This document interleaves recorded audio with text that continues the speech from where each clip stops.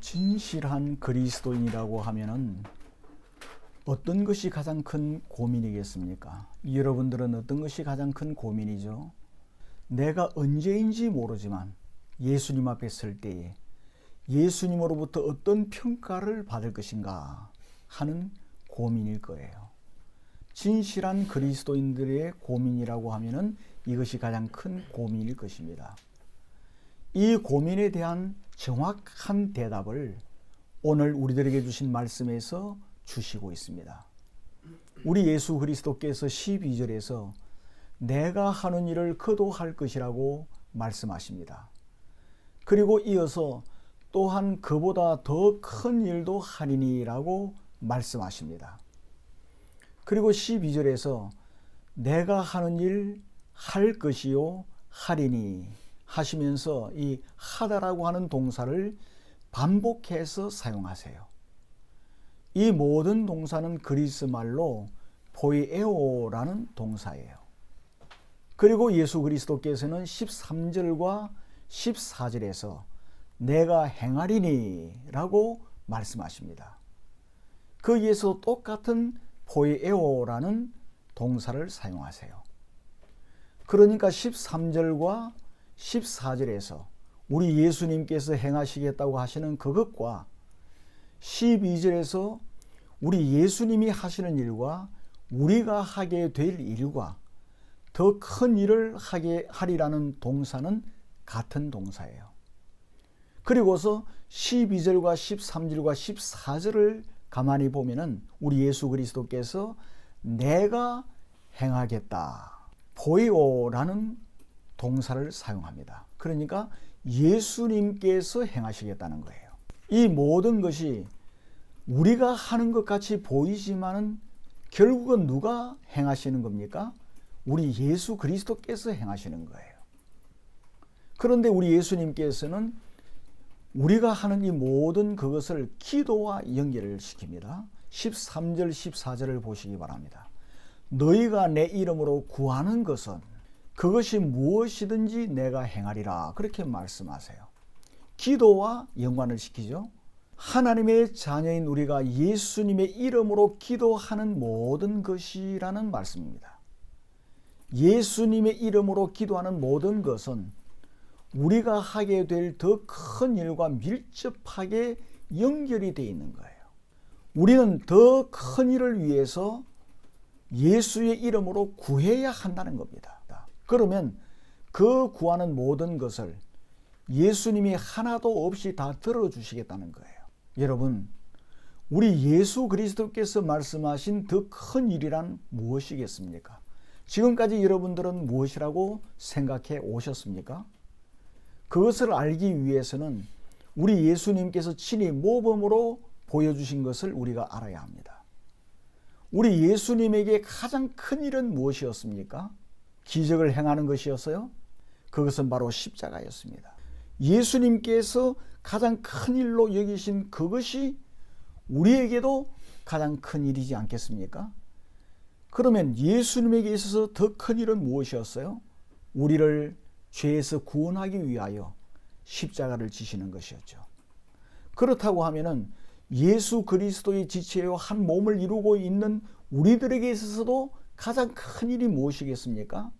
그리스도 예수님처럼 십자가를 지는 삶을 살게 해달라는 기도가 되어야 되는 거예요.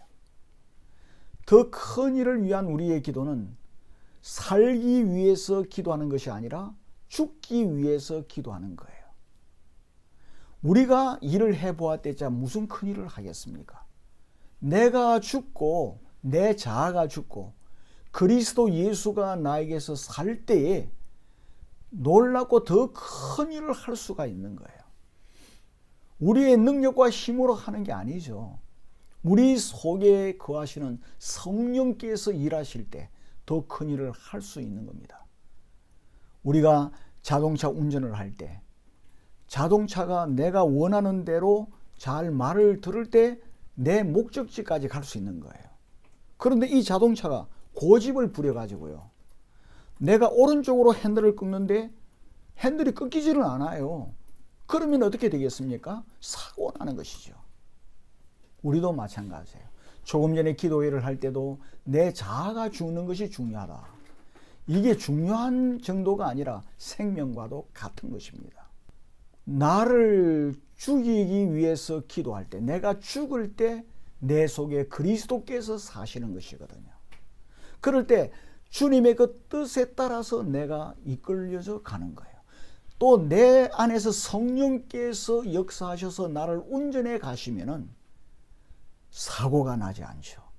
더 엄청난 일들이 나를 통해서 일어나게 되는 거예요. 그래서 나를 죽이는 것, 자아라고 하는 감옥에서 탈출하는 것이 뭡니까? 더 큰 일이에요. 우리 자신에게 있어서 가장 큰 일이 뭐겠습니까? 내가 죽는 거예요. 나를 앞세우는 자아라고 하는 감옥에서 탈출하는 것이 그것보다 더 큰 일이 없는 것입니다. 그 큰 일을 위해서 하나님께 구할 때 우리 주님께서는 무엇이든지 다 들어주시겠다는 겁니다. 나를 죽이고 내 속에서 그리스도 예수께서 사시고 성령께서 역사하시는 그것을 위해서 기도할 때 무엇이든지 다 들어주시겠다는 것. 그러므로 하나님께서 반드시 응답하신다는 기도의 본질이 뭐겠습니까? 나를 죽이는 거예요. 하나님의 뜻에 부응하는 것입니다. 하나님은 그렇게 자신을 죽이고 부인하고자 하는 기도를 다 들어주시겠다는 겁니다. 내가 살아있으면 사고가 나요. 내 고집대로 나가면 언젠가는 넘어져요. 마귀의 밥이 돼요. 그러나 나를 죽이고 주님께서 내 속에 살아서 역사하시면 엄청난 영광을 하나님께 올려드릴 수 있는 겁니다. 그러므로 자신을 죽이고 부인하고자 하는 기도를 다 들어주시겠다는 말씀이에요. 지금 나에게 있어서 이것이 정말 필요해요. 하나님은 예수 이름으로 할 때 예수님은 다 들어주신다고 하셨기 때문에 부득부득 고집을 부리는 거예요. 성령 하나님께서 내 속에서 말씀하시는 소리가 들리지 않아요. 그러면은 내가 자동차를 운전을 할 때 자동차가 내 말을 듣지 않고 제 고집대로 나가면은 사고 나는 것과 똑같은 일이 우리들에게 일어나는 겁니다. 뿐만 아니라 무엇이든지 다 들어주시겠다는 기도는 내 이름으로라는 말씀의 제한을 받고 있어요. 그러니까 무엇이든지라는 것이 예수 이름으로라는 말에 의해서 컨트롤을 받고 있다는 말이에요. 우리가 예수 이름으로 구한다는 것은 어떤 것이죠? 그 첫째가 뭡니까? 내가 구하는 것이 내 뜻이 아니라 하나님의 뜻에 의해 한다는 것입니다. 왜? 예수 이름으로라는 이 말이 컨트롤을 하고 있기 때문에 그래요. 제가 하나 이야기를 해드리겠습니다. 그러면은 이 본문의 말씀을 이해하는데 상당히 도움이 될 거예요. 뉴저지의 계직이라는 곳이 있는데 그곳에 자비의 프락이라고 하는 동네가 있습니다. 그 동네는 알코올 중독자들의 처소예요. 그 불악의 창설자는 윌리엄 로우라고 하는 분인데 그분의 아들과 손자까지 그곳에 함께 살면서 알코올 중독자들을 다 불러들여 가지고 그들에게 복음을 전합니다. 그러면서 그들에게 갱생의 길을 마련해 주는 거예요. 그런 일을 그 집안이 하는 겁니다. 그래서 그 집안의 명성은 뉴저지 전체에 퍼져서 누구나 그 사람들을 존경하게 되었습니다. 그런데 그 불악에 들어와 있던 어떤 알코올 중독자가 복음을 전하고 갱생의 길을 가는 훈련을 하잖아요. 더 이상 견딜 수가 없는 겁니다. 그래서 그 사람이 그 동네를 탈출을 해요. 탈출해 나갔습니다. 그리고 나가니까 가장 가까운 곳에 술집이 하나 있었습니다. 그 술집에 들어갔습니다. 윌리엄 로우의 이름으로 술 한 병만 주십시오. 그렇게 요구를 했습니다. 돈이 없으니까 누구의 이름으로? 그 동네에서 가장 명성이 있고 존경을 받는 윌리엄 로우의 이름으로 술 한 병만 주십시오. 그렇게 요구를 했어요. 그때 술집 주인이 그에게 한 말이 아주 유명한 말이 되었습니다. 뭘 원한다고요? 술이요. 누구의 이름으로? 윌리엄 로우의 이름으로. 그랬을 때 그 술집 주인이 이것 보세요. 당신이 말하는 그 윌리엄 로우가 자비의 불악을 만드신 그분을 말하는 겁니까? 그렇습니다. 대답을 합니다. 그러자 그 술집 주인이 이런 말을 했습니다. 그분이 하는 일은 당신과 같은 불황자를 데려다가 세 사람 만드는 일인데 당신이 지금 그분의 이름으로 나에게 와서 술을 달라고 하는 것이요. 그분의 이름을 아는 사람들은 내 술집 손님이 될 수 없습니다. 그렇게 대답한 거예요. 그러니까 윌리엄 로우의 이름으로 술을 요구할 수가 없다는 거예요. 마찬가지입니다. 우리가 예수 그리스도 이름으로 무엇이든지 원하는 것은 예수 그리스도께서 들어주신다고 했는데, 마찬가지로 이 무엇이든지라고 하는 이 말은 예수 그리스도 이거 이름이 제약을 한다는 거예요. 예수 그리스도의 이름으로 술을 달라고 하면은 그게 되겠습니까? 그러니까 예수 그리스도의 뜻하는 것, 예수 그리스도께서 원하시는 무엇이든지가 되어야 된다는 말이에요.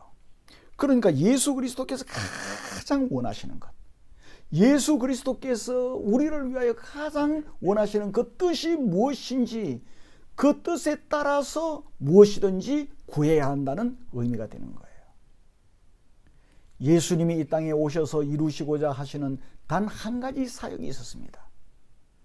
예수 그리스도는 여러 가지 목적을 가지고 오신 것 같아도 궁극적으로는 단 한 가지 목적입니다. 그게 뭐죠? 하나님 나라의 완성이에요. 우리를 죄에서 구원하셔서 하나님의 나라를 완성시키는 것이었습니다. 내 자신이 죽고 내가 부인되고 하나님의 통치에 따라 내가 순종하는 사람으로 지어져 가는 그것이 뭡니까?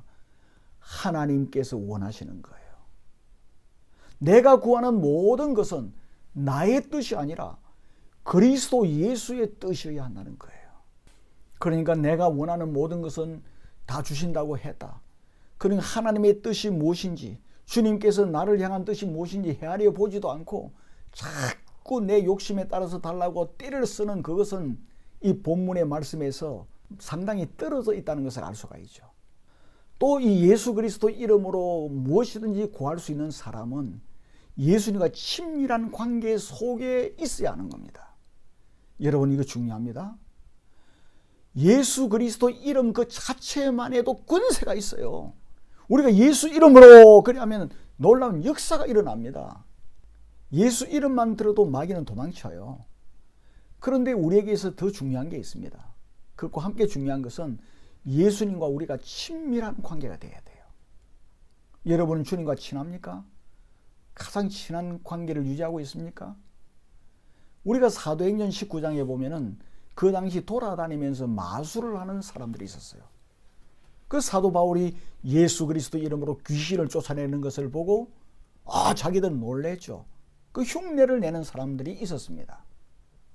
그래서 바울과 예수 그리스도 이름으로 귀신을 쫓아내려고 했어요. 그런데 그 중에 유대의 한 제사장 서게와의 7 아들이 있었는데 그 7 아들들도 예수의 이름으로 귀신에게 명령을 합니다. 그러자 그 귀신이 어떻게 했죠? 내가 예수도 알고 바울도 알거니와 너희는 누구냐 하면서 그들 위에 올라타가지고 귀신이 두들겨 패고 옷을 홀랑 벗겨버렸어요. 그러므로 그 무엇보다도 예수님을 사랑하고 예수님과 친밀해야 돼요. 그래서 예수 그리스도께서 아주 중요한 말씀을 하시는 겁니다. 요한복음 15장 7절을 보면은 너희가 내 안에 거하고 내 말이 너희 안에 거하면 무엇이든지 원하는 대로 구하라. 그리하면 이루리라. 그러니까 주님과 뗄래야 뗄 수 없는 아주 친밀한 관계라는 겁니다. 예수님과 우리는 한 몸이 되었어요. 이 사실이 중요한 거예요. 이것을 확신하고 예수님과 친밀한 관계를 유지하면서 예수 그리스도 이름으로 구해야 돼요. 여러분, 예수님과 친밀한 관계입니까? 정말 친밀한 관계라고 하면은 가장 먼저 나타나는 현상이 뭐겠어요? 친한 사람과 많은 시간을 갖는 거예요. 친한 사람과는 많은 대화를 나누죠. 친밀한 관계를 가진 사람과는 어떠한 문제라도 의논을 하죠. 여러분들이 예수님과 친밀한 관계인지 아닌지를 점검하려고 하면은 예수님과 가장 많은 시간을 할애하고 있는지. 우리는 성경 공부한다고 시간을 많이 내지만은 그거는 사실 주님과 1대1로 만나는 게 아니에요. 주님과 가장 인원을 많이 하세요? 우리는 주님과 가장 친밀한 관계를 유지해야 돼요. 그러니까 우리는 기도에 대해서 잘 알고 해야 되는 겁니다. 기도는 아무나 할 수 있는 게 아니에요. 모든 기도는 예수님의 이름으로 해야 하는데 예수님이 인감 도장을 내어줄 만한 관계가 전제되어 있어야 된다는 거예요. 주님과 전혀 친밀한 관계도 아니면서 무턱대고 자신이 원하는 것들을 내어놓으면서 예수 이름으로 외친다면은 예수의 가짜 인감 도장을 마구 찍어대는 것과 같다는 거예요. 다시 한번 깊이 생각하십시다. 친밀하면 할수록 어떻습니까?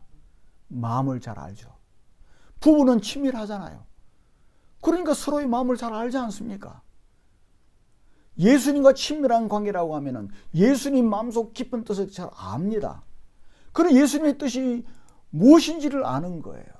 예수님의 뜻은 뭡니까? 우리가 하나님 아버지께 순종하는 사람이 되기를 원해요. 왜 순종하는 자가 되기를 원하죠? 우리가 하나님께 순종하면 우리가 잘 되기 때문이에요. 승리하기 때문이에요.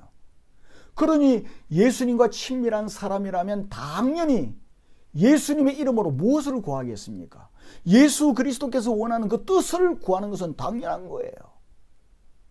예수의 이름으로 구하는 것은 당연히 하나님께 순종하는 자로 성숙하게 해달라는 기도일 것이에요. 그러므로 그보다 더 큰 일이 뭐겠습니까? 하나님께 순종하는 자가 되는 거예요. 여러분, 더 큰 일이 뭐라고요? 여러분, 빌딩을 짓는 거예요? 가장 큰 일은 하나님께 순종하는 자가 되는 거예요. 여러분이 주님께 순종을 하고 나아간다고 하면은 이미 가장 큰 일을 하고 있는 사람입니다. 그러니까 우리가 예수 이름으로 무엇을 구한다는 것은 내 요구가 아니고 주님의 뜻이어야 하고요. 그리고 주님과 친밀한 관계를 늘 가져야 되는 겁니다. 그래서 예수 그리스도의 뜻을 행하고자 하는 적극적인 열정, 그게 예수 그리스도 이름으로 구하는 거예요. 그리할 때 우리는 예수 그리스도 이름으로 무엇을 구하든지 하나님께서는 응답해 주시는 겁니다. 그래서 기도는 무엇을 해 주십시오 하는 데 초점이 있는 게 아니라 주님의 뜻은 무엇입니까? 여기에서 출발하는 것임을 여러분 꼭 기억하시기를 바랍니다. 그 기도라는 말 그 자체가 하나님께 맡기는 것을 의미하는 거예요. 인간의 수단과 방법을 다 포기하고 하나님의 뜻에 맡김으로 하나님의 결정사항에 따르겠노라 하는 그것이 뭡니까? 기도의 핵심인 겁니다.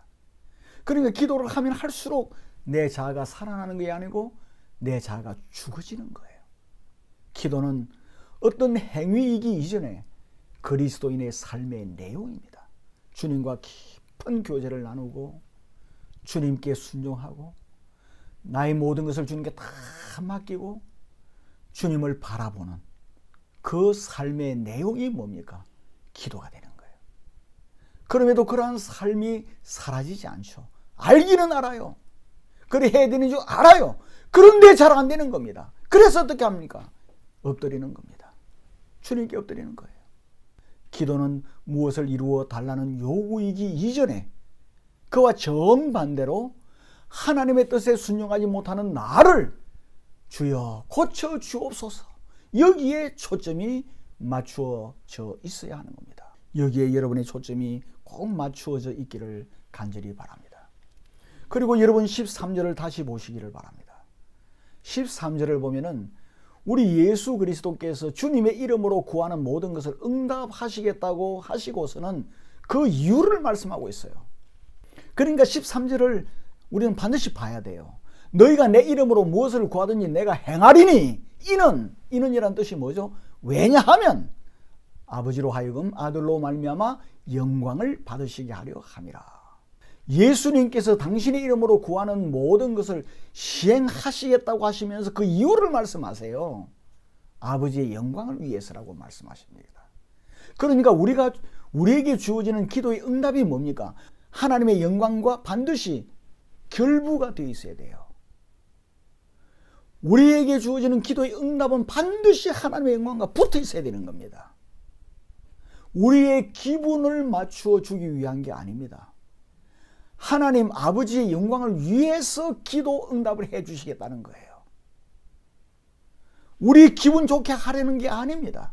하나님의 영광을 나타내기 위해서라는 겁니다. 이 랄프 카이퍼라고 하는 훌륭한 성경 강해 설교자가 있었습니다. 그분은 눈이 너무 나빴어요.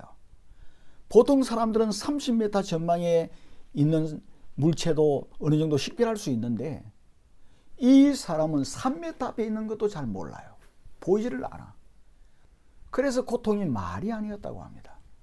그래서 수년간 하나님께 매달려서 기도를 했습니다.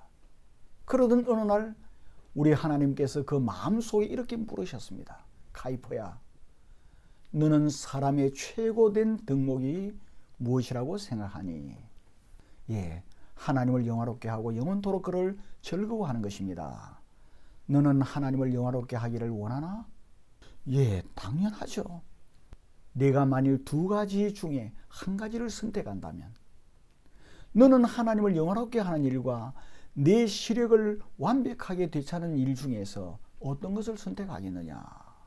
그때 카이퍼 목사님은 쉽게 대답을 하지 못했다는 겁니다. 결국 목사님은 무릎을 꿇고 물론 하나님의 영광입니다. 제 시력이 어떠하다 할지라도 그것과 하나님의 영광과는 비교할 수가 없습니다. 그렇게 대답을 했어요. 그때 다시 한번 마음속에 하나님의 물음이 들려왔습니다. 내가 나의 영광을 위해서 너의 시력을 지금 그대로 놔두고 싶은데 그래도 좋겠냐? 그 후로 랄프 카이프 목사님은 한 번도 자신의 시력에 대해서 불평을 하지 않았다는 겁니다. 그분에게는 시력을 안 고쳐주시는 것이 응답이었습니다. 그게 하나님의 영광에 필요한 것임을 알았기 때문에 그분은 또다시 시력을 고쳐달라는 기도를 하지 않았던 거예요. 여러분, 예수님은 어떠하셨죠? 우리가 요한복음 17장 4절을 보면은 아버지께서 내게 하라고 주신 일을 내가 이루어 아버지를 이 세상에서 영화롭게 하였사오니 그렇게 말합니다. 여러분 보세요. 아버지께서 예수님에게 하라고 주신 일이 무엇이었습니까? 세계의 대통령이 되는 것이었습니까? 세계 갑부가 되는 것이었습니까? 아니었습니다. 아버지 하나님께서 예수님께 하라고 주신 게 뭐였죠? 바로 십자가를 지는 일이었습니다. 십자가에서 우리의 죄를 대신 속하기 위해서 우리 대신 죽으시는 것이었습니다. 그래서 겟세마네 기도에서 예수님은 그 십자가의 죽으심을 앞두고 할 수만 있다면 이 잔을 피하게 해달라고 기도하시지 않습니까? 그런데 예수님은 뭐라고 기도를 마칩니까? 그러나 내 뜻대로 마옵시오. 아버지의 뜻대로 하옵소서. 그렇게 하면서 기도를 마치십니다. 예, 아버지, 십자가를 기꺼이 지겠습니다. 그게 응답이었습니다. 예수님은 자신의 십자가가 순환으로 그 십자가를 지는 것으로 하나님을 영화롭게 한 것입니다. 바로 이것이 기도인 거예요. 우리의 생각은 뭡니까? 십자가를 지고 죽는 그게 무슨 하나님께 영광이 되겠어요? 그렇게 생각을 합니다. 그러나 하나님의 영광은 그게 아니었어요. 우리를 죄에서 구원하기 위하여 예수 그리스도께서 대속의 죽으심을 죽는 그것이 아버지의 뜻이었고 그것이 영광이었습니다. 여러분 다시 생각합시다. 기도는 내가 원하는 것을 얻어내는 수단이 아닙니다. 기도는 하나님께 순종하는 자로 살아가기 위해서 하나님께 도움을 구하는 도구가 기도입니다.